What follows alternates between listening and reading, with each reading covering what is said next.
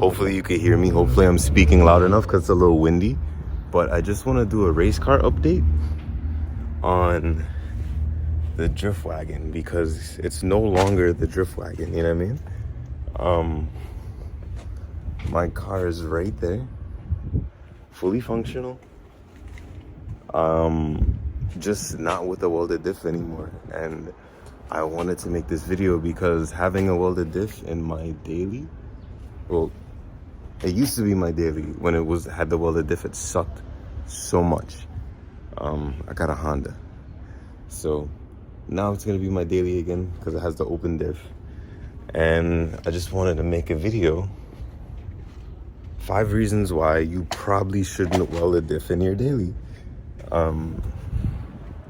Number 1, chatter and driveline vibration. So when you weld a diff in your car, both wheels move at the same speed all the time.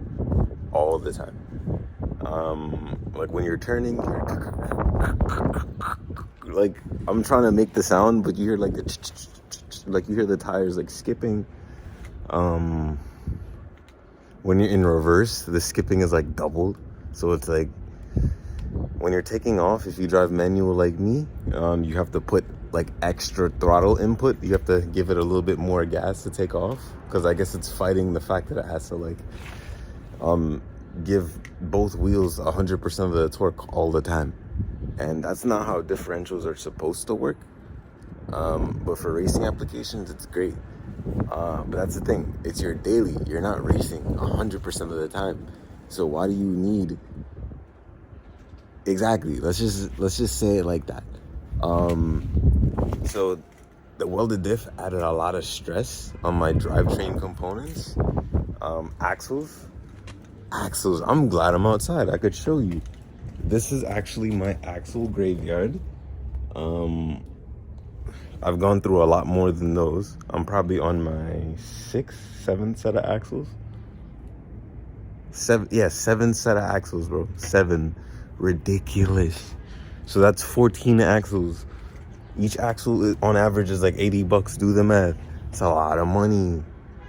You don't want to spend that for no reason because that's just time that your car is broken and you can't drive it, and it sucks. So don't do that.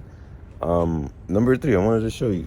This is my welded diff because it's out the car, so you can see like it's boogered up. It's in there, and why do I have it? Because obviously I want to put it back in. Duh. Just not right now. Because like I said, the extra stress on the drivetrain components,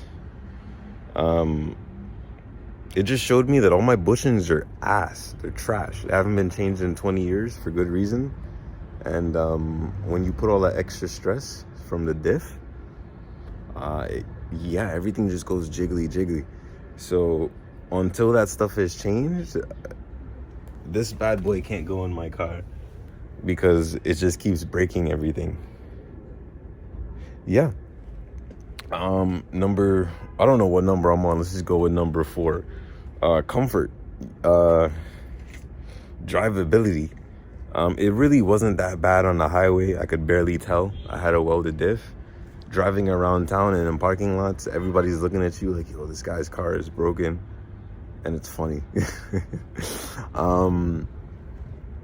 Yeah.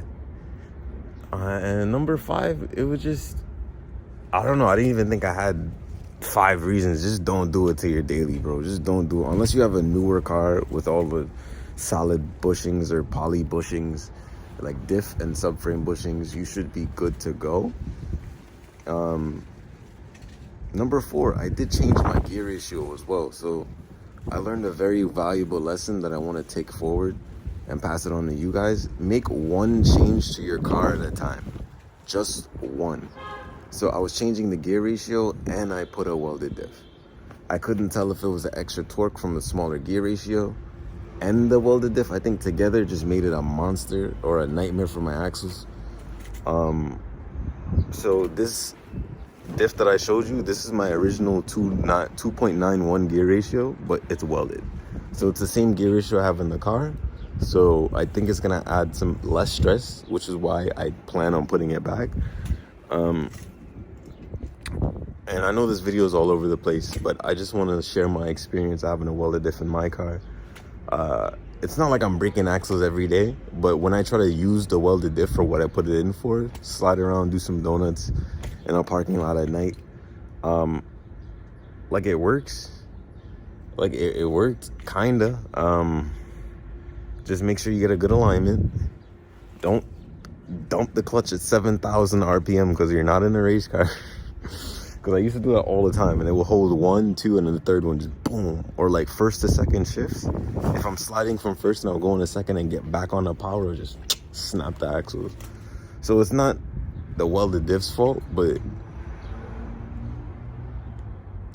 yeah, you just be gentle on it, because you do have a stock-ish car, and unless you do the things like I said before, poly diff bushings, poly subframe bushings, to make sure your subframe is in place and holding everything in place and not moving around too much, you should be good to go.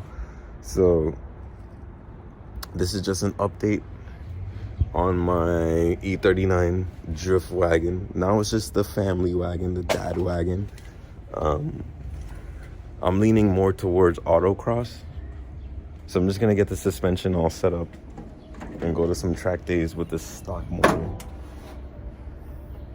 With this stock motor right here. Ooh, I just painted the valve cover. I don't want to get too sidetracked, but an engine swap is coming for this soon. I don't know what the fuck I'm doing, but that's why I'm recording it. Because when I do make these mistakes, or if it works out well, I want you guys to see it, and I want to see it.